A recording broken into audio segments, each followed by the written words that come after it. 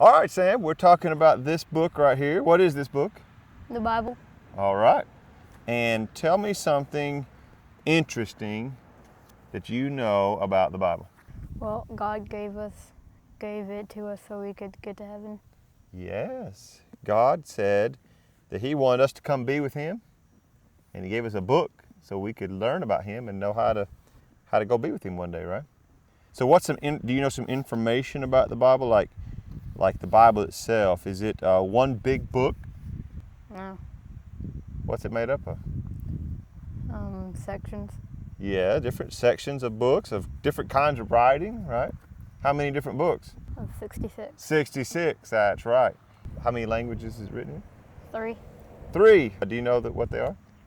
Greek, Hebrew, and I don't really know. Yeah, Greek and Hebrew are the main ones, that's right. The other one is called Aramaic, and it's a language, not much of the Bible is written in Aramaic, just parts of the book of Daniel and a few other places perhaps. It's mainly, we could say, 2 languages mainly, Hebrew and Greek. And which part of the Bible is written in which? Old Testament was Hebrew. Old Testament's Hebrew, that's right. The Hebrew was the language of what people? Israelites. Yeah, the Israelites, that's right. And Greek is the language they spoke in whose day? Jesus. In Jesus' day, that's right. He lived during the Roman Empire, but everybody still, the common people, spoke Greek. So there's 2 different languages, but when I look at it, it's all in English. Why is it all in English if it was written in Hebrew and Greek? So we can understand it. Yeah, so that makes this a what? Do you know what that's called when you change it from one language to another? No, a translation. Translation, right. So this is a translation of the original languages into English so that you and I can read it, right?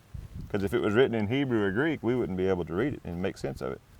What are some of the different kinds of books in the Bible? There's Old Testament and New Testament. Mm-hmm. Law, history, minor prophets.